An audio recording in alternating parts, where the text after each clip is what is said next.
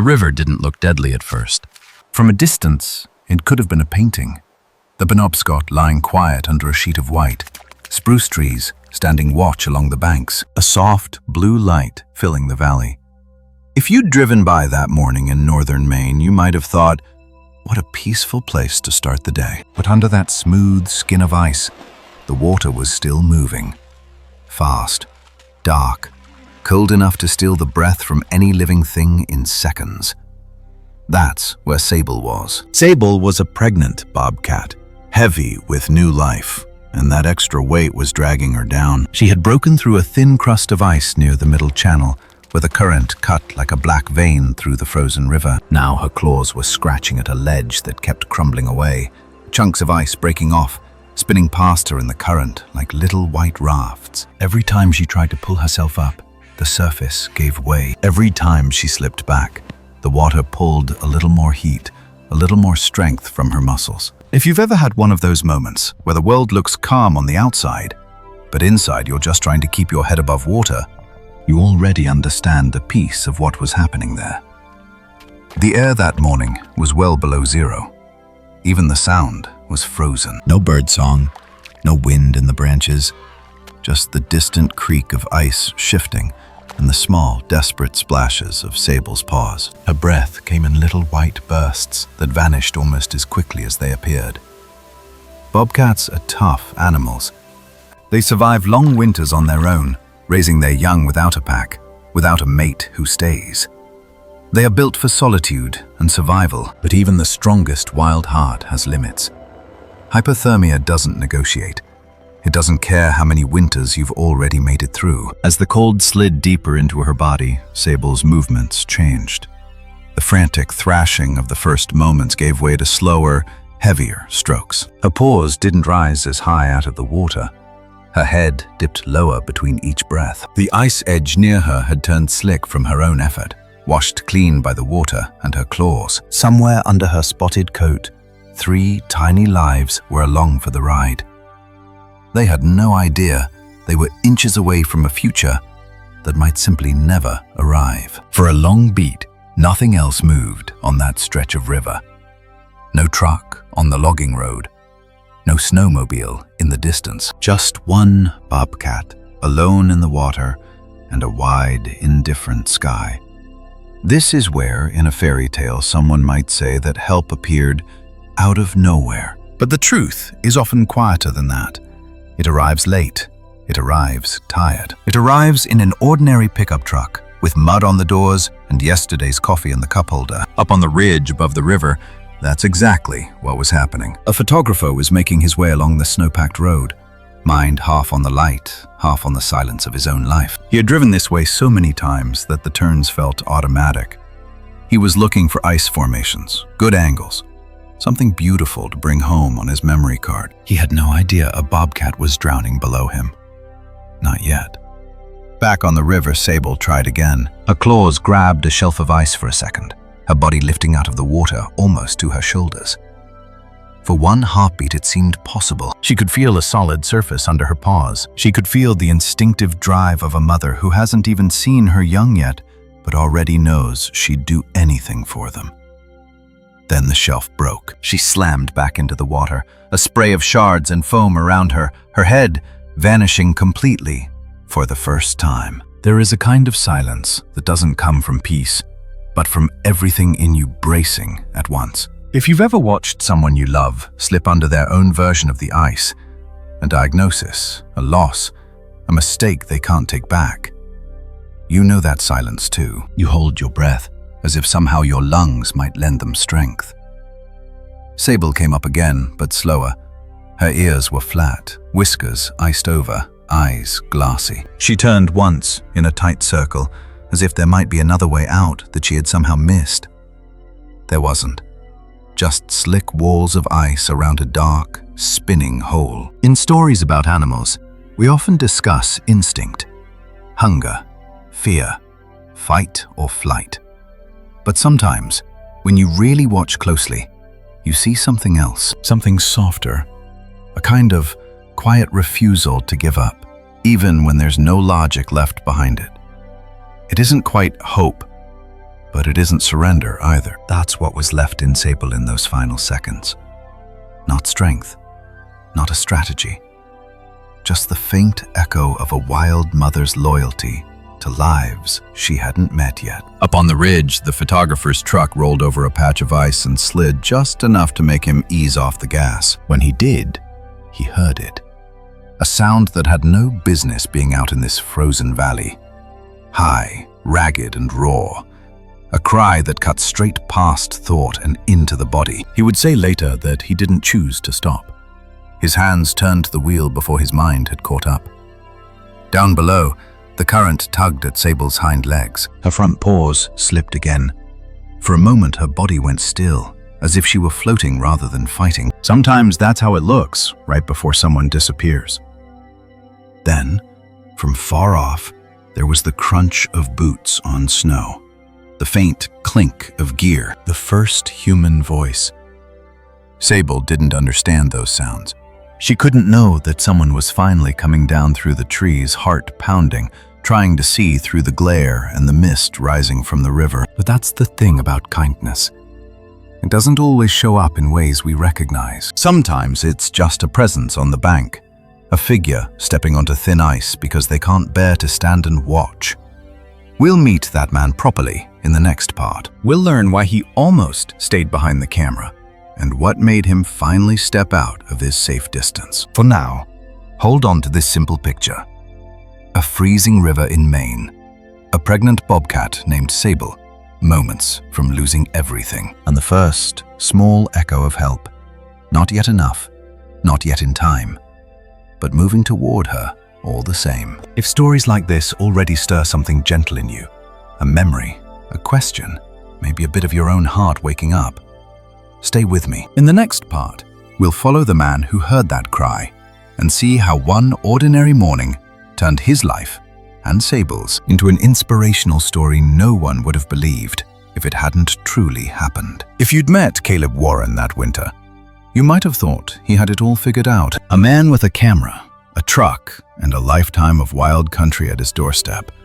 The kind of life other people daydream about from office chairs. But Caleb had a secret most of us recognize, if we're honest. He was very good at looking at life. He wasn't so good at living inside it anymore. For almost 30 years, Caleb had made his living documenting animals like Sable, bobcat, moose, eagles, and the quiet neighbors most people never see. Magazines called his work soulful, and galleries praised the depth of emotions in his photos. He'd captured a fox curled around her kits in a hollow log, a loon swimming through clouds of golden mist, a deer pausing on a ridge under a rising moon. Other people saw love and loyalty in those images. Caleb mostly saw work, framing, exposure. What would sell? There was a time when it was different, when he and his then-wife would stand in front of a fresh print and just breathe together. When he'd come back from a trip and his little girl would clamber into his lap and point at the animals, giving them names, asking if they were happy. That was before the arguments, before the long stretches on the road, before the silence at home finally got loud enough to break things apart. His daughter moved to the city. His marriage ended with a box of framed photos left on the porch and a polite, tired goodbye.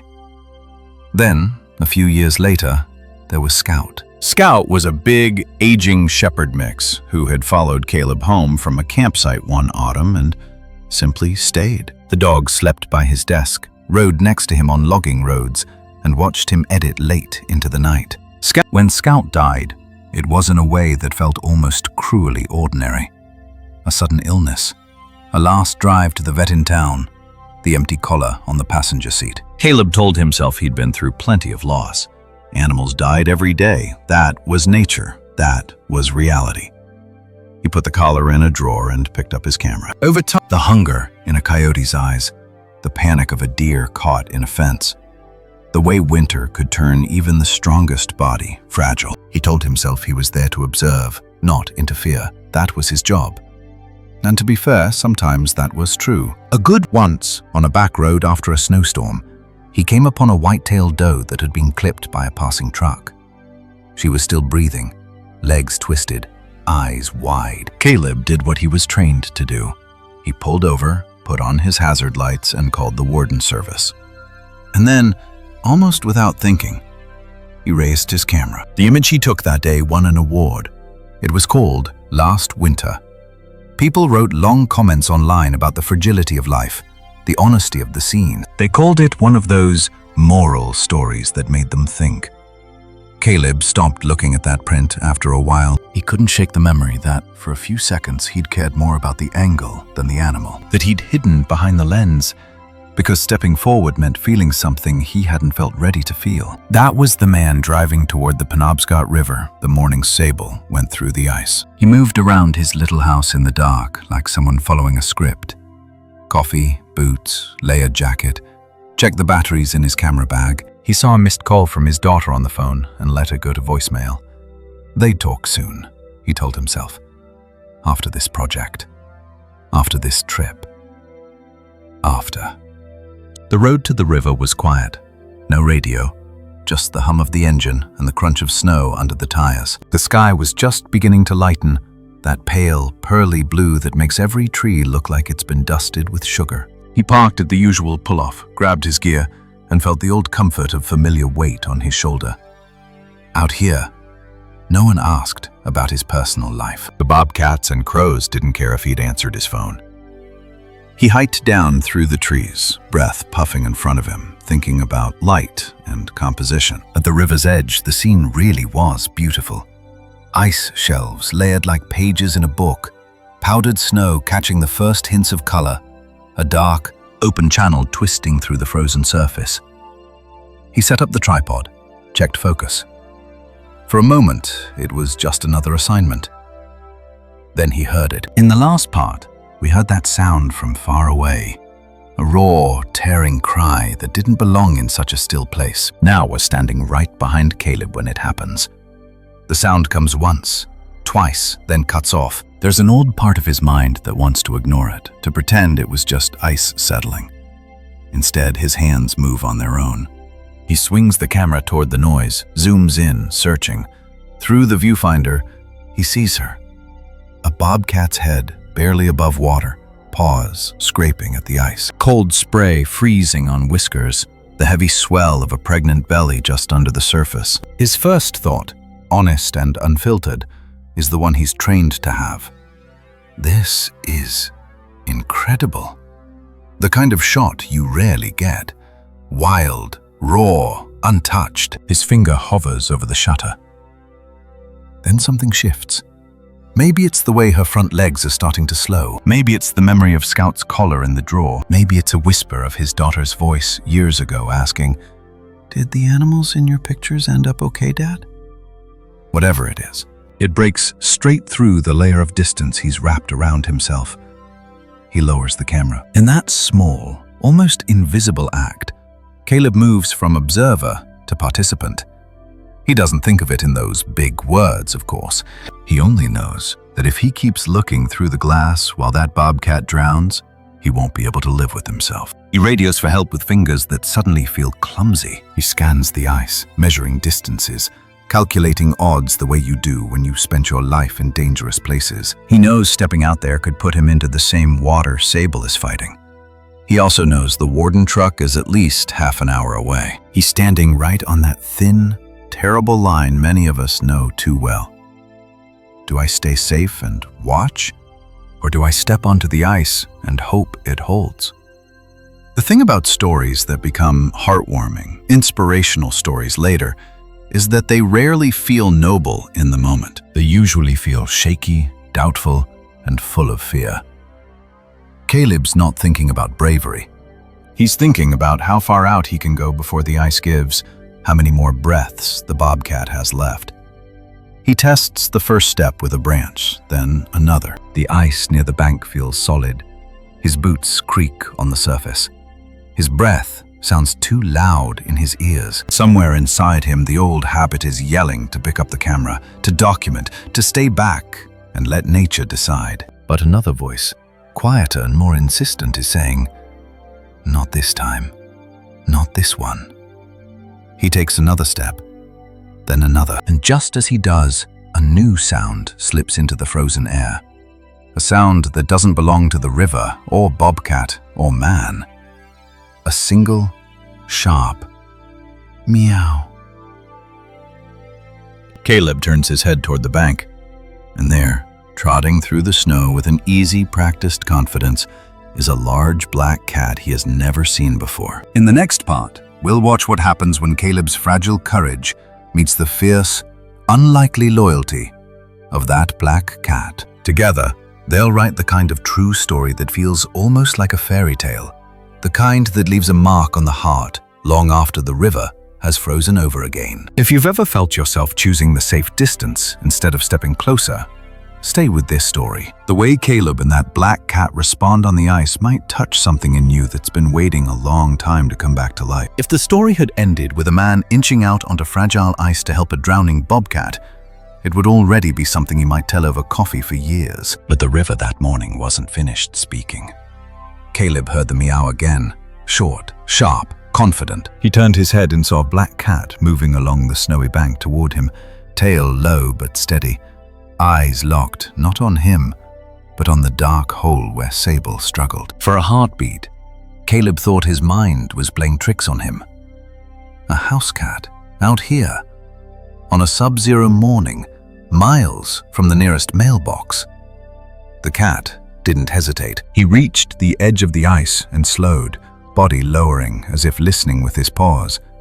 His movements were deliberate, almost professional. Later, they would call him Onyx. But right now, he was just this unexpected presence, stepping into the kind of danger every instinct should have told him to avoid. Caleb's first reaction was fear. "Get back!" he shouted, voice cracking in the cold. "Go on!" Onyx glanced at him once, then looked back at Sable. From where Caleb stood, he could see the bobcat's head dipping lower in the water, the rhythm of her paddling faltering. The ice around the hole had turned smooth and slick from her desperate claws. She didn't have many tries left. Onyx stepped onto the ice. If you've ever watched someone walk straight into a situation you know could hurt them, not for attention, not for reward, just because they can't bear to do nothing. You know that helpless mix of horror and awe that rose in Caleb's chest. He wanted to run to grab the cat, to scoop him up and carry him back to safety. But one wrong move from him could send all three of them into the river. So he froze for a moment, boots welded to the ice, watching something he'd never seen in decades of work with wild and domestic animals. Onyx moved better than Caleb did. His weight was lower, his paws spread wide, claws catching tiny imperfections on the frozen surface. He crossed cracks and patches of wind-polished glass as if he'd done this before. Each step was careful but not afraid. It wasn't the gait of a panicked pet. It was the steady approach of someone who has already made up their mind. We would learn later that Onyx had a history of this kind of thing, that he'd arrived at a farmhouse door with a live bird held gently in his mouth, setting it down and meowing until someone opened up. But Caleb didn't know any of that on the ice. All he saw was a black cat walking out toward a dying bobcat, like it was the most natural thing in the world. Onyx reached the edge of the opening. Now Caleb could see Sable more clearly, ears pinned, fur plastered to her skull, eyes dulled by cold and exhaustion. Her front paws slipped again on the slick rim, claws scratching with a sound that made the skin on his arms crawl. The swell of her belly dragged her down each time the current pulled. For a heartbeat, the two cats locked eyes, a wild bobcat and a domestic black cat facing each other over the kind of divide no one would ever expect them to cross. Then, Onyx jumped. He didn't test the water with a paw. He didn't lean down and see how close he could get without getting wet. He simply gathered himself and launched, body arcing over the broken edge and vanishing into the black. The splash was violent in the stillness. Cold water fanned out across the ice, soaking Caleb's boots, stinging his ankles. His breath caught. Every part of him expected to see the black head disappear and not come back up. But a moment later, there he was. Onyx surfaced beside Sable, coughing water from his nose, shaking his head once. Then he pressed his body right up against hers as if to say, "I'm here. You're not alone anymore." It's hard to talk about kindness and love without sliding into big, polished words that don't quite touch the real thing. Out on that river, it didn't look like a greeting card. It looked like two soaked animals clinging to each other in a hole in the ice, one giving up precious body heat he could not afford to spare. Onyx angled his body between Sable and the current, taking the worst of the pull. With that small shield, she was able to get her front paws back onto the rim. Instead of clawing blindly, she planted them more carefully, almost like she was using his solid presence as an anchor. From his spot on the ice, Caleb realized his role had just changed again. Until now, he'd been trying to save one life. Now there were two in the water, and both of them were fighting for more than themselves. He inched closer, testing every step, feeling for the hollow echo that meant danger. His heart pounded so hard he could feel it in his teeth. The rope in his hand suddenly seemed too short, his training too thin. "Come on," he whispered, words fogging in the air. He wasn't sure if he was talking to the bobcat, the black cat, or himself. Sable dug her claws in and pushed. Onyx pressed into her side, lending his weight. This time, the ice held. One of her front legs came up, then the other. For a terrible second, her back half still hung in the water, current dragging her down, belly scraping. Caleb dropped to his knees, stretching forward as far as he dared, fingers just shy of reaching fur. He couldn't grab her. One hard pull might send them both in. He could only watch as she gave everything she had left. With a low, broken growl, Sable heaved herself up onto the ice. Her body flopped onto the surface like a soaked blanket, sides heaving, paws splayed. Her fur was already starting to stiffen in the cold, tiny crystals forming on her whiskers. She lay still, too exhausted to even shiver, chest rising and falling in shallow waves. Onyx stayed in the water. He didn't scramble out the moment he had a chance. He stayed a beat longer, making sure she was fully clear. Only when he seemed satisfied did he claw his way up over the edge, muscles trembling, fur flattened, tail dragging. He could have run, then. Instinct would have told any animal to bolt, to find shelter, to get away from the human kneeling a few yards away. But Onyx walked to Sable's side and lay down against her, pressing his soaked body to hers, sharing what warmth he had left. Watching them, Caleb felt something in his chest loosen and break. All those years of telling himself that animal behavior could be explained by hunger and fear and territory suddenly didn't feel big enough to hold what he was seeing. Was this instinct? Maybe. Or maybe it was something deeper. A kind of quiet loyalty that doesn't stop at species. A choice to stay with another creature in the worst moment, because leaving simply isn't an option. Caleb remembered the way he had stood on other roadsides, behind a camera, watching suffering through glass. This time, there was no lens between him and the scene. Just his shaking hands, his racing heart, and two lives depending on the decisions he made in the next minutes. He pulled his emergency blanket from his pack, that thin, crinkling layer of silver meant for hikers who misjudged the weather, and eased forward. His voice dropped into the tone he used years ago with Scout on stormy nights. "Easy now. I'm not here to hurt you." Sable's eyes tracked him weakly. Onyx watched too, not with fear, but with an intensity that measured his every move. When the blanket came down over both of them, Onyx did something Caleb would think about for a very long time.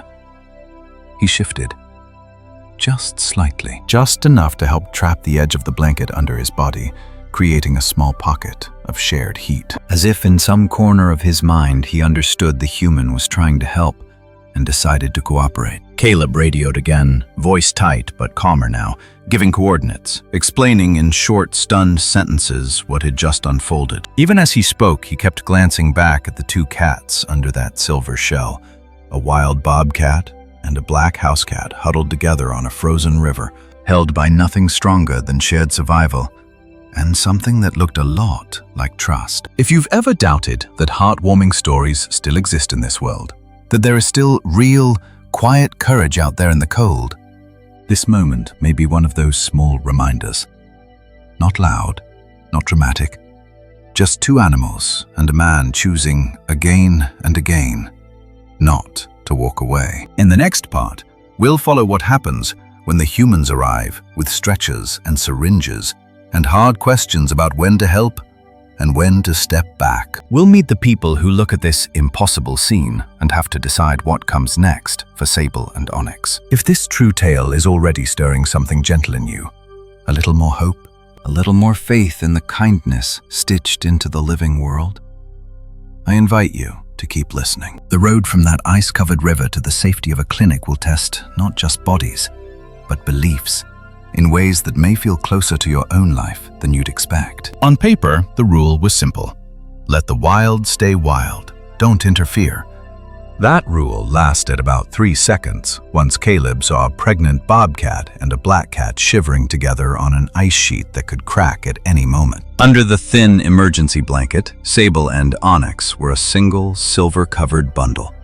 The metal film crinkled with every breath. Sable's sides still heaved, her body trying to decide whether it had the strength to go on. Onyx stayed pressed against her, a small living furnace refusing to move away. Gab knelt a few feet back, rope in one hand, radio in the other, boots slowly going numb. He had given the dispatcher his coordinates, described the scene as best he could without sounding crazy.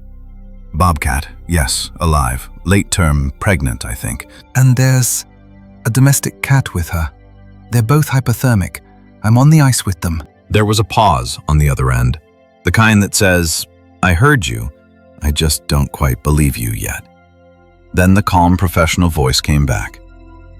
Stay put. We're sending it to Northwoods Wildlife Care. 20 minutes if conditions hold. Keep them as warm and still as you can. So he stayed, kneeling there, fingers losing feeling, listening to the far-off growl of an engine drawing closer. He had too much time to think. Most of his life, he'd been told the same thing you hear watching nature shows. The cameras don't step in. Predators eat, prey dies. That's the way it goes. You document. You don't change the story.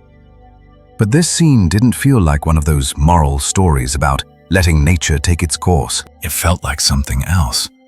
A pregnant bobcat and a black house cat did not end up in a frozen river together by accident. There were roads and logging, lost habitat, scattered trash, and human noise stitched through this valley. The line between their world and ours wasn't clean anymore, if it ever had been.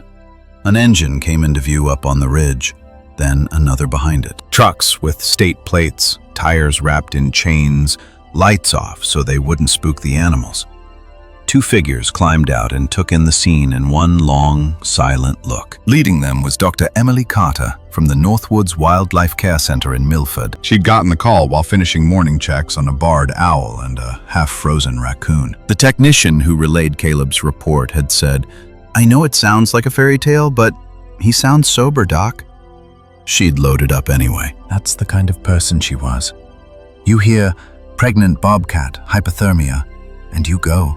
Now she stood at the river's edge, reading the ice the way other people read faces. Her partner for the day, a game warden, scanned the situation too, eyes moving from Caleb to the glittering sheet beneath him, to the lump of blanket where 2 lives were trying not to slip away. Let's get you a rope, the warden called, voice even. They worked fast, but not rushed, setting an anchor on a stout spruce, clipping a harness to Caleb's waist, another to Emily's. Any movement from them? She asked as she started onto the ice. The bobcat's slowing, Caleb answered. The black cat, he's sticking to her like glue.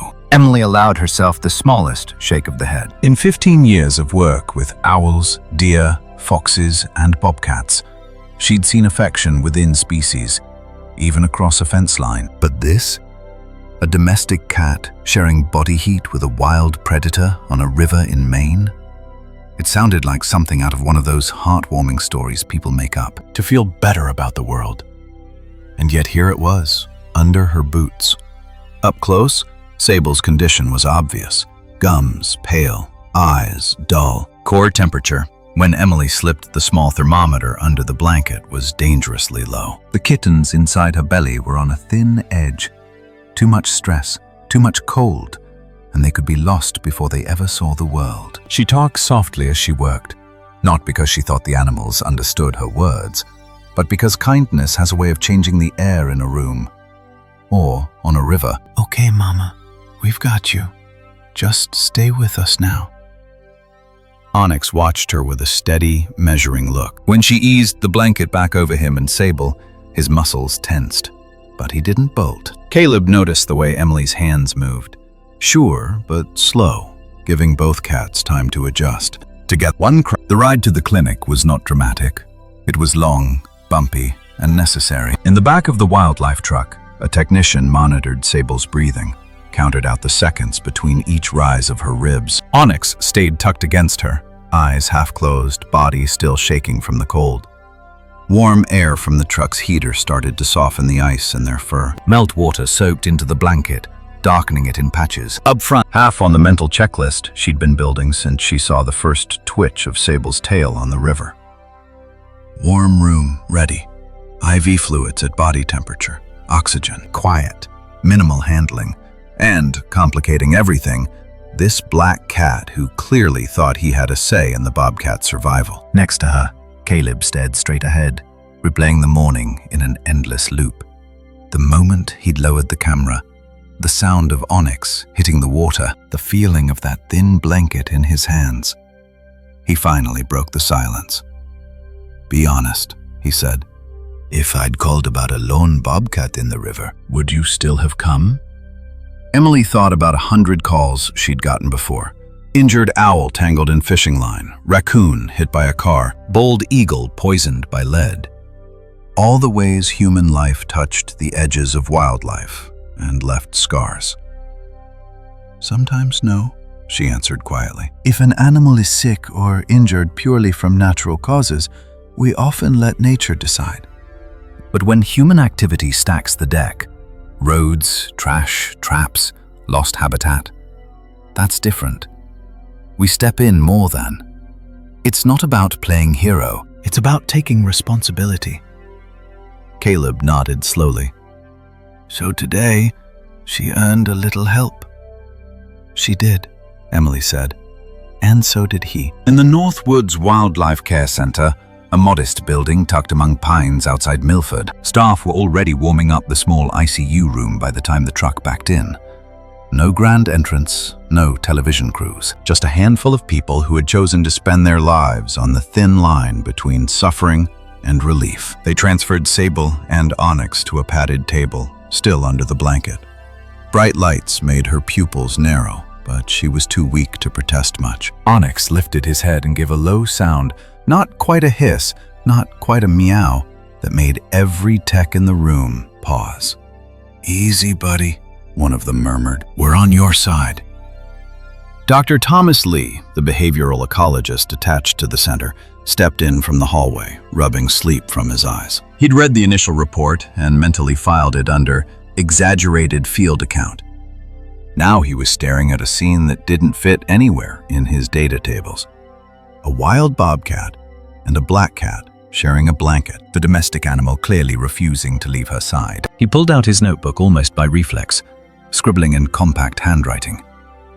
Initial observation. Cross-species contact. Domestic Felis catus maintains proximity to Lynx rufus under high-stress conditions. Possible imprinting? Learned behavior? Unknown. He was not a man given to big language about love or loyalty, but even he had to admit, in the privacy of his thoughts, that what he was watching felt different. More soulful than the charts on his office wall could explain. As Emily worked, inserting a catheter, starting warmed fluids, listening to the slow drum of Sable's heart, the question hanging in the room was simple and huge. How far do we go? Do they sedate the bobcat and separate the two for easier treatment? Do they allow this unlikely partnership to continue, even if it complicates care? Where is the line between good medicine and respect for a bond they barely understood? In the end, it wasn't a scientific argument that decided it. It was a small, quiet moment. When a tech gently tried to lift Onyx away to adjust equipment, Sable made a faint, strained sound and tried to follow. Her paw slid across the table in his direction. Onyx twisted, dug his claws into the blanket and leaned back toward her. Emily watched the entire exchange. Then she spoke. For now, she said. They stay together. He's keeping her calmer than any sedation I could give. We'll work around him. It was a simple choice, but it carried a fresh perspective. Maybe stepping in doesn't always mean taking control. Sometimes it means making room for the kindness that's already there, even when it doesn't look we expect. They scanned Onyx for a microchip, almost as an afterthought. When the reader beeped and a number popped up on the screen, Emily felt something like a door opening. Looks like he belongs to someone, She said softly. somewhere out there. A person is sitting at a kitchen table, wondering if their black cat is still alive. And with that, the circle of this story widened. From a frozen river, to a clinic, to a farmhouse they hadn't even seen yet. In the next part, we'll step into that farmhouse and meet Nora James, the woman whose life Onyx had already changed, long before he ever saw a bobcat fall through ice. Her quiet routines, her hidden grief, and the way this cat pulled her back toward hope will add another layer of meaning to this already impossible tale. If you've ever wrestled with when to help and when to step back, with how much of yourself to give in a broken world, keep listening. The road from field to clinic and from clinic to one woman's front porch might offer a kind of gentle guidance that feels like it was meant just for you. Long before Onyx launched himself into a frozen river for a drowning bobcat, he'd already pulled one life back from the edge. Not out on the ice, but in a small farmhouse kitchen with a kettle on the stove and a woman standing very still, wondering when exactly her world had gotten so quiet. Nora James's mornings all looked about the same. She'd shuffle into the kitchen, flip on the light, and reach for the same chipped blue mug she'd used for years. Fill the kettle, wait for the click of the burner. Outside the window, her stretch of Maine woods would be just a soft, dark shape, half trees and half memory. Her husband's picture sat in a simple frame near the coffee canister. Some mornings, she'd touch the glass with 2 fingers and murmur, "Well, we made it through another night, didn't we?" Other mornings, she'd look away, because even gentle memories can sting. Her kids had their own lives now, cities, jobs, grandkids. They called, they visited, they loved her. But when the car pulled out of the driveway and the last wave disappeared around the bend, the house went quiet again. Too quiet. Nora told herself this was just how life goes. You raise your children, you work hard, you say goodbye to people you thought you'd have more time with. You do your best to be grateful. But there was a small, stubborn ache in her, a sense that the part of her that was needed, indispensable, was over. Then one November afternoon, a few years before the river, the universe sent her a black cat. She found him by the edge of her property, near the old stone wall. At first, she thought some hunter had left a pack out. There was a metal glint in the weeds. Then, she heard the sound, a low, raw cry that had nothing to do with bravado and everything to do with pain. The cat's back leg was caught in an illegal trap, the kind folks are not supposed to set anywhere. His eyes were bright, wild, but there was something else there too, a plea and a fight to stay present even through the fear. Nora had worked as a vet tech when she was younger. Her hands remembered things her mind had long since filed away. She talked to him the whole time as she pried open the rusted metal. "Easy now. I'm not going to hurt you. I know it's bad. I see you. Stay with me, okay?" He didn't scratch. He didn't bite.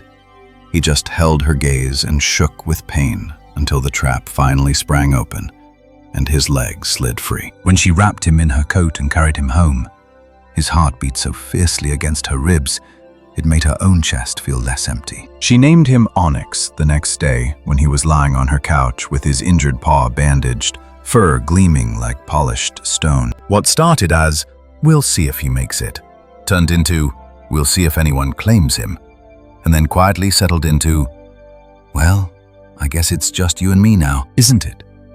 Onyx moved through her days like he'd always been there. He followed her to the mailbox, sat on the counter when she cooked, pressed his head under her hand when she passed his favorite chair. He didn't fix the grief. That's not how it works. But he threaded a little warmth back through the cold parts. Over time, Nora began to notice something about him. Onyx didn't treat smaller animals as toys. He treated them like responsibilities. One winter, she woke before dawn to a racket on the back porch. She opened the door to find him standing over a young fox with a badly twisted leg. The fox's eyes were huge with pain and terror. Onyx could have stalked off, gone inside where it was warm. Instead, he stood guard, tail lashing but body still, until Nora fetched a crate and a blanket. Another time, he appeared at the kitchen door with a bird in his mouth. She braced for the usual, but he set it down gently on a towel, still alive, feathers ruffled but intact. He meowed until she knelt beside it, then sat nearby watching, as if to say, "Here, this one needs you." It was like his inner compass was tuned to distress. If something was hurting, he moved toward it. Nora started talking to him more. Not the happy sing-song pet talk, but the honest kind of conversation you have when you're a little lonely, and there's a living, breathing listener who doesn't interrupt. "You've got more kindness in you than half the people I know," she'd tell him, stroking his back at night. "More loyalty, too. You don't leave when things get uncomfortable, do you?" He'd blink slowly, press closer, and she'd feel that low, healing hum start up in his chest. So when Onyx didn't come home one evening, Nora felt it like a light going out. At first, she wasn't worried. He often did a lap of the property at dusk, checking his territory. But as the sky deepened and the woods became a wall of shadow, the quiet in the house turned from peaceful to wrong. By midnight, she'd checked every closet and corner, even though she knew he wasn't there. By morning, she was driving slowly along the dirt road, eyes scanning ditches and snowbanks, heart in her throat. She put up flyers in Milford, called the local shelters, the vet clinic, left the porch light on. Before bed, she stood at the back door, looking out at the dark tree line, and whispered a simple, earnest request. "If anybody's listening, take care of him. And while you're at it, watch over all the wild ones out there too. They deserve better than what we've given them." Nora wasn't thinking in big religious terms. It was just a small, private hope sent outward. The way many people do when there's nothing practical left to try. 2 days later, the phone rang while she was making tea.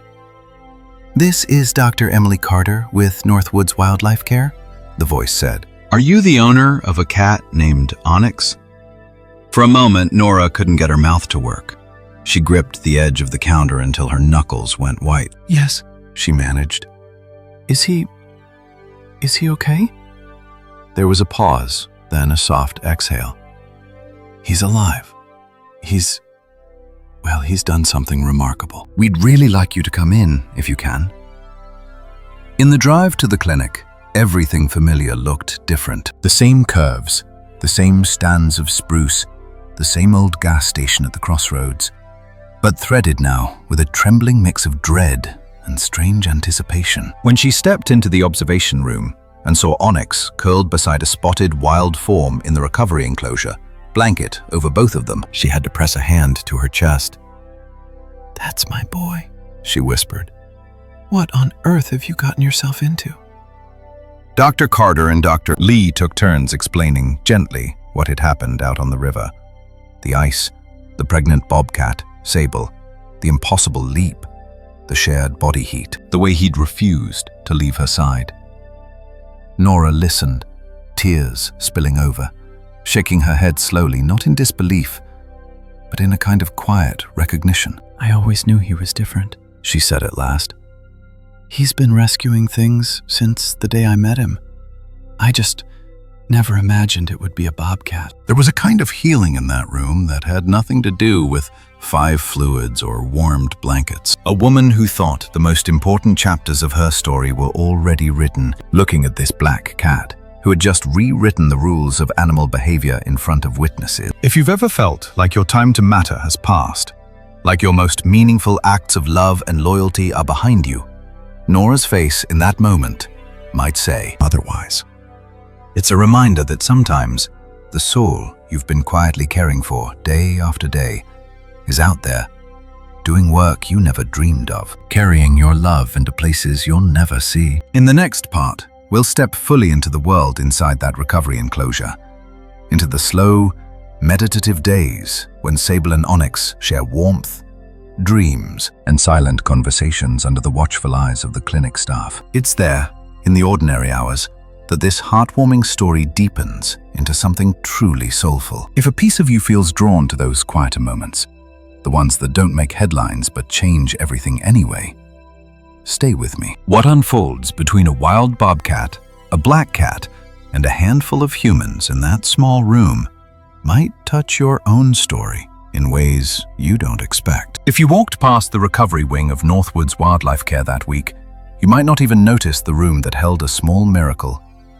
No sirens, no shouting, just a closed door, a dim lamp, and the soft sound of two cats breathing in unison.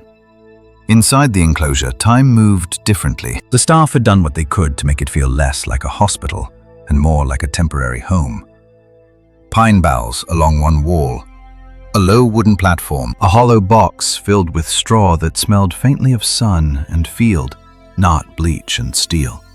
No bright overhead lights, just a warm glow from a lamp in the corner. In the middle of it all lay Sable, the bobcat who'd almost died in black water, and Onyx, the black cat who refused to leave her side. At first, the days were about nothing more than staying alive. Sable's body had been pushed to the edge. Doctor Emily Carter checked her temperature, her heart, and the feel of her swollen belly. The kittens inside were still, then kicking, then still again. Each small movement was a reminder of how thin the line was between loss and a future. Onyx stayed pressed against her through it all. When staff slid open the door to adjust an IV line, he would watch, muscles tensing. Not with the wild panic of a trapped animal, but with something that looked a lot like protective loyalty. One night, a vet tech named Maria came in for the 2 a.m. check. The building was quiet. The only sounds were the hum of the heater, the soft tick of a wall clock, and the distant rustle of caged wings in the bird room. She eased the enclosure door open just enough to look inside. Sable was asleep, but not peacefully. Her paws twitched, claws flexing. Her breath came fast and shallow. Every so often, her throat would tighten with a sound that wasn't quite a growl, more like a memory surfacing. Maybe she was back in the river in her mind, still fighting the current. Onyx lifted his head, ears tilting toward her. He watched her for a long moment, then got up and moved closer. Very gently, he touched his nose to her cheek and then curled his body around her head like a soft black comma. The change was small, but noticeable. Her muscles eased, her breath slowed. The nightmare retreated. Maria stood there, hand on the door, feeling something in her own chest loosen a little. She'd seen a lot of hard nights in that clinic.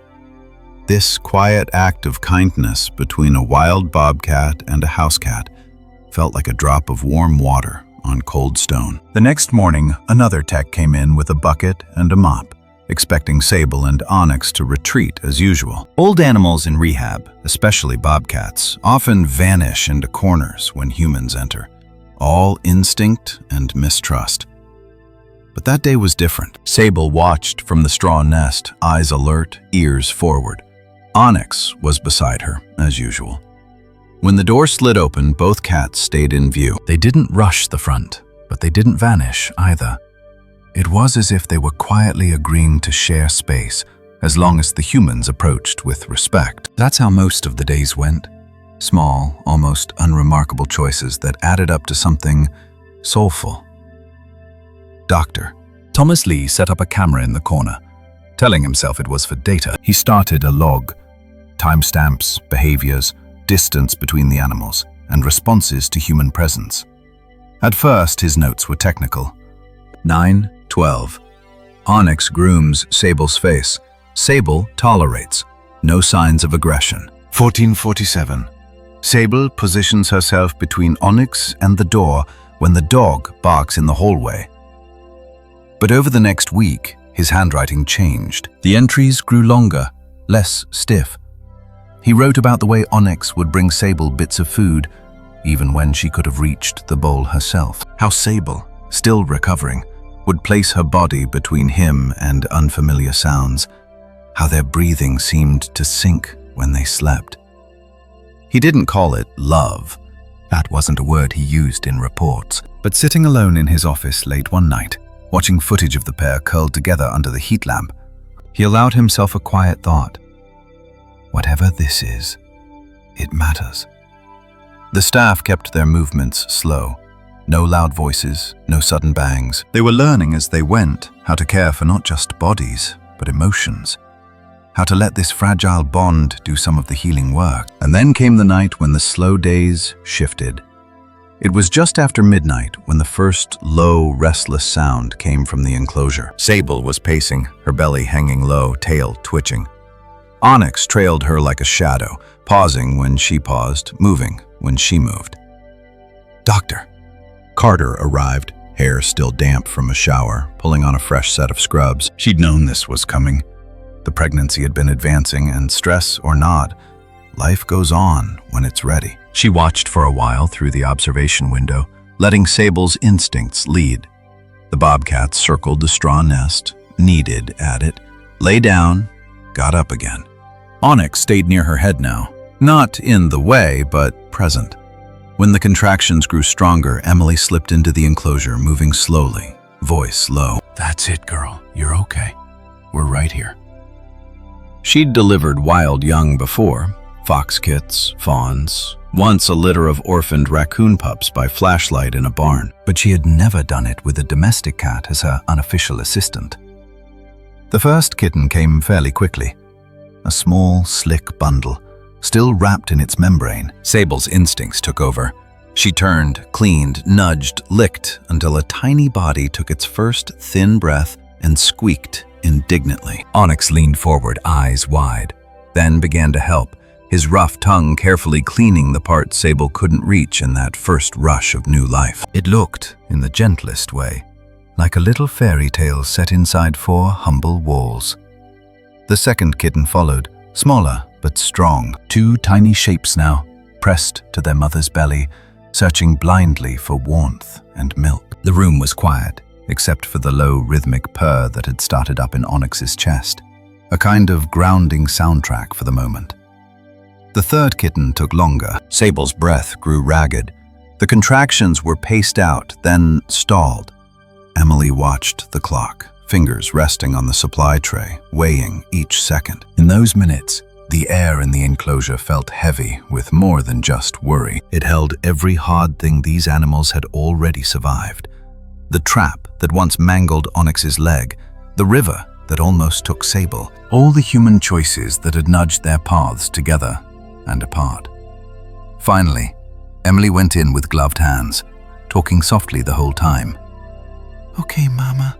I'm going to help you now, just a little more. Onyx's body went tense.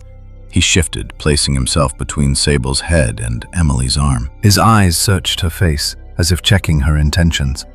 She met his gaze and didn't look away. I know, boy. I know. Trust me for just a minute. Something in her tone must have landed. He stepped aside, only by inches, but it was enough.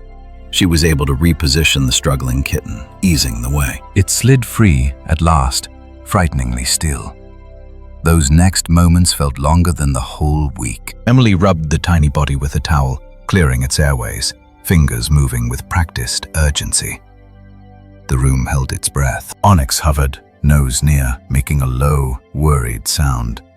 Then, a fragile, rasping cry. The smallest kitten stirred, mouth opening and closing, chest rising in a weak but determined rhythm. Emily placed it with Sable, who immediately began the work only a mother can do. Onyx gave one firm lick along the tiny spine, as if to seal the deal. Out in the hallway, Caleb watched through the glass with tears he didn't bother to hide. Nora stood beside him, hand over her mouth, thinking of the trap she'd opened years ago and the nights she'd spent calling Onyx's name into the dark. Doctor. Thee scribbled one more note, then just stopped writing. Some things aren't meant to be captured in ink. They're meant to be witnessed and carried. In those slow days and that long night, this heartwarming story became more than a strange headline about a bobcat and a black cat. It turned into an inspirational story about everyday kindness, shared warmth, and the way living beings sometimes show up for each other in ways no chart, no study, no tidy moral stories could fully predict. And then, as the kittens grew and Sable's strength returned, a new question rose in all their minds. What happens when it's time to go? You can't keep a wild bobcat family in a clinic forever. At some point, the healing room has to give way to open sky, to trees, to moonlit paths, and real hunting. In the next part, we'll follow Sable, her kittens, and Onyx as they step into a new chapter on Nora's land, moving through the seasons together in a soft release that mirrors the seasons of our own lives. If you've ever felt yourself slowly coming back from your own cold river, one quiet day at a time, stay with this story. Watching these wild and not so wild hearts learn how to live outside the enclosure again may offer you a gentle kind of hope you didn't know you were looking for. If the clinic were a kind of cocoon, then Nora's land was where the wings would have to open.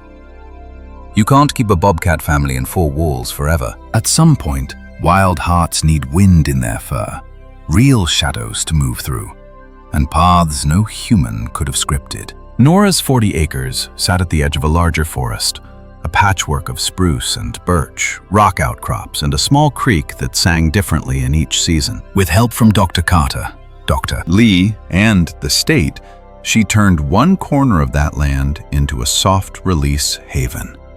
Tall fencing at first, natural brush left intact, a gate that could one day stand open. When Sable and her 3 kittens arrived there, the air smelled like pine needles and last year's leaves instead of disinfectant. Onyx stepped out of the transport crate, took a slow look around, and then did something that made everyone watching smile.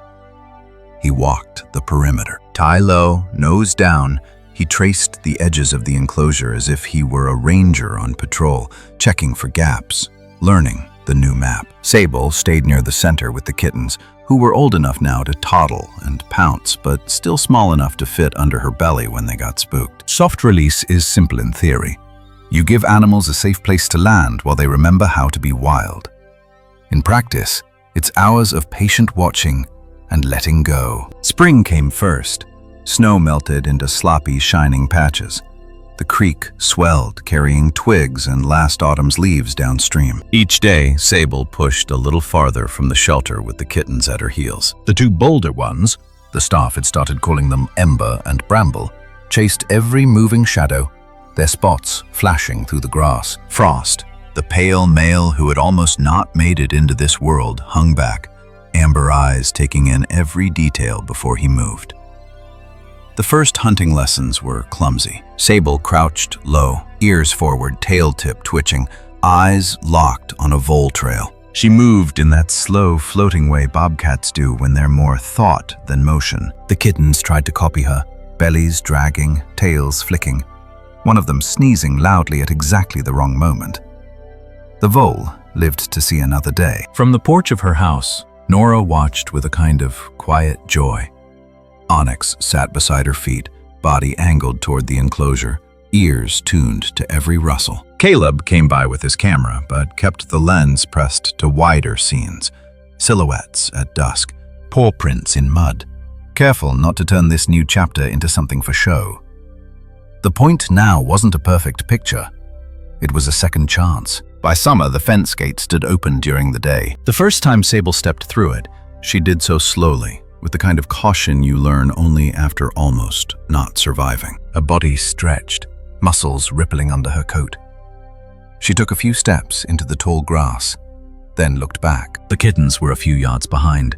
Ember bulled at the front, Bramble right beside her, Frost hovering between them and the safety of the enclosure. Sable gave a low, almost musical chirp, that bobcat call that sounds like a cross between a bird and a question. Come on. We're going. They followed. That day, and many days after, looked almost ordinary on the surface. A bobcat family moving through dappled shade, learning the lay of the land. Sable taught them where the rabbits liked to feed at dusk, how to listen for the difference between a red squirrel's chatter and the soft scuttle of prey. Onyx would sometimes accompany them partway, trotting along the inside of the fence line or sitting like a dark statue at the gap in the trees. eyes following their progress. He never tried to lead, he just made his steady presence known, a familiar anchor between forest and farmhouse. Soft release isn't about keeping animals tame. It's about giving them a bridge back to their true selves. Watching Sable slip back into her role as a wild hunter, you could see it happening day by day. The clinic's beeping monitors and warmed fluids faded into memory. In their place came moonlight, the sharp scent of wet earth, the thrill of successful pounces. Dr. Lee set up motion-triggered cameras along the trails. The footage that came back was simple and profound. Sable showing Ember how to pause at the edge of a clearing and taste the wind. Bramble climbed a leaning birch and, clinging, was surprised when the bark shifted under her paws. Frost's sis is sitting just behind a boulder, eyes half closed, ears doing most of the work. If you've ever watched a child or grandchild learn something the hard way, falling off a bike, burning a first batch of cookies, stumbling over the same mistake twice, you know the mix of pride and worry that lived in Nora's chest that summer. She wanted to run into the scene, pick the kittens up, and fix it all. Instead, she stayed on the porch or at the kitchen window, hands around her mug, letting Sable be the mother she needed to be. Summer turned to autumn quietly, as it often does in Maine. The creek shrank back into its banks. The air took on that thin, bright edge. Leaves turned from green to gold, to bare branches scratching at the sky. Prey grew leaner, faster.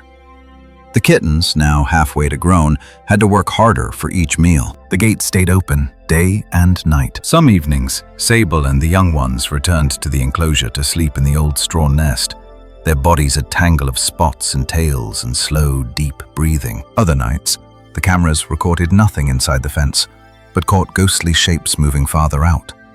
A bobcat slipping between two pines, a pale-furred youngster, probably Frost, pausing at a rocky ledge, as if deciding whether to cross an invisible line. For Nora, those nights were the hardest and most healing. She would stand at the back door in her sweater, Onyx leaning against her calf, and look out toward the dark tree line. The once empty quiet of her land felt different now. Less like absence, more like a house after adult children have gone home, full of echoes and ongoing stories you can't see, but can somehow feel. There's a kind of love that holds on tight. There's another kind that opens the gate and trusts that what you've given will go with them. In Sable's patient lessons, in Onyx's steady companionship, in Nora's decision not to cling, you can see both kinds working together. For Dr. Lee, the forest seasons became an unexpected classroom. He started out wanting clean data, range size, hunting success, dispersal age. He got those numbers. But one evening, sitting with Caleb and Nora, watching a clip of Frost returning alone to the edge of the enclosure, and sitting for a full 10 minutes just being there, he felt something shift. This isn't just strategy, he said quietly. There's, I don't know, a kind of emotional map here too. Place that means something to them beyond food and shelter. Maybe, he thought, animals have their own versions of homecomings, their own fairy tales encoded in scent trails and remembered trees. Maybe the field isn't just about survival. Maybe it's also about belonging. By late fall, it was clear the soft release was working. Ember's tracks led farther west, up into the rocky ridges.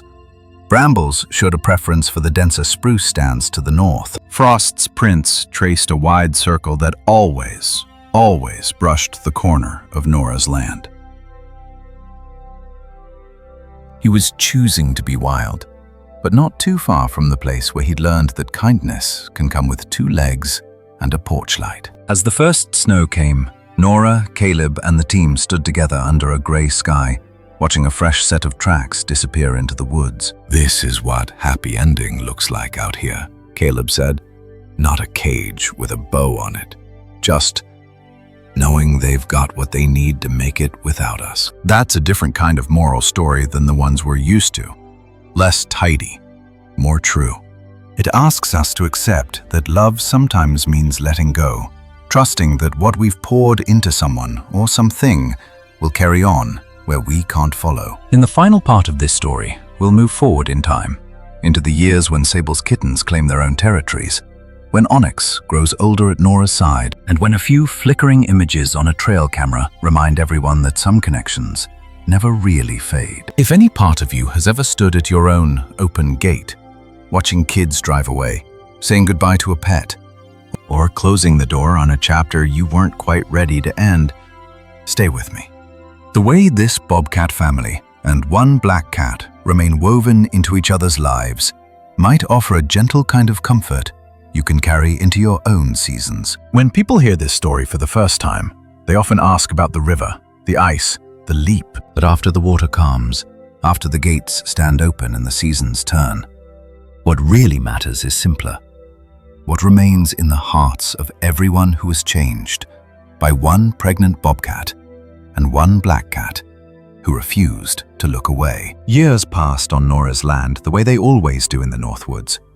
Quietly, then all at once. The soft release enclosure grew a little more weathered, grass filled in around the posts. Birds claimed the fence line as their own. Sable's tracks appeared less often in the snow there, more often on distant ridges. She had gone fully back to being what she was always meant to be, a wild bobcat, moving under the moon, raising young of her own somewhere deeper in the trees. Cameras caught glimpses now and then, the flash of a spotted shoulder at dusk, a silhouette pausing at the creek, eyes reflecting starlight before vanishing into the dark. Ember and Bramble established their own territories. Their paths crossed Nora's property only in passing, like grown children driving down the old road, but not stopping this time. Frost, though, he was different. His range spread wide enough to mark him as fully wild.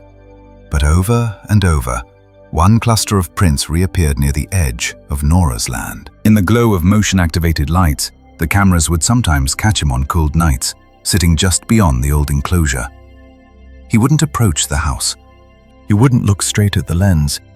He just sat there, still and thoughtful, as if listening for something only he could hear. Then, after a while, he'd melt back into the trees. Inside the house, life settled into a new kind of ordinary. Onyx grew older in small, undeniable ways. The leap onto the windowsill took a little more effort. The patrols along the fence line became shorter, then mostly symbolic. A slow walk to the back step, a long look toward the tree line, a quiet return to Nora's chair. On winter evenings, when the wind rattled the eaves and the night pressed up close to the glass, Nora would sit with a blanket over her lap and Onyx curled into the curve of her legs. Sometimes they watched nothing at all on television, the sound turned down low. Sometimes they just listened to the house breathing around them. Every once in a while, she would glance at the framed photograph on the wall, the one Caleb had given her. The image froze a single impossible instant. Black fur and sprayed water, a bobcat's paw reaching, ice exploding under impact. No matter how many times she saw it, Nora never quite got used to the idea that the cat, now snoring on her lap, was the same one in that wild, suspended moment. Caleb, too, lived with that image.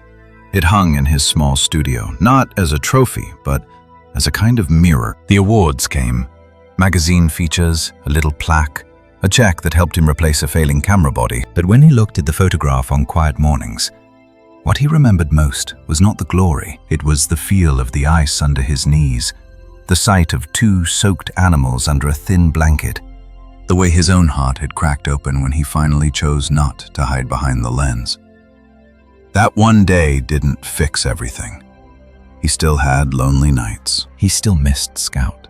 And he still had phone calls with his daughter where they both fumbled for the right words. But the story of Sable and Onyx lived in him like a small, steady light. It reminded him that even in the second half of a life, there are chances to step in, to practice a kind of quiet love and loyalty that doesn't make headlines.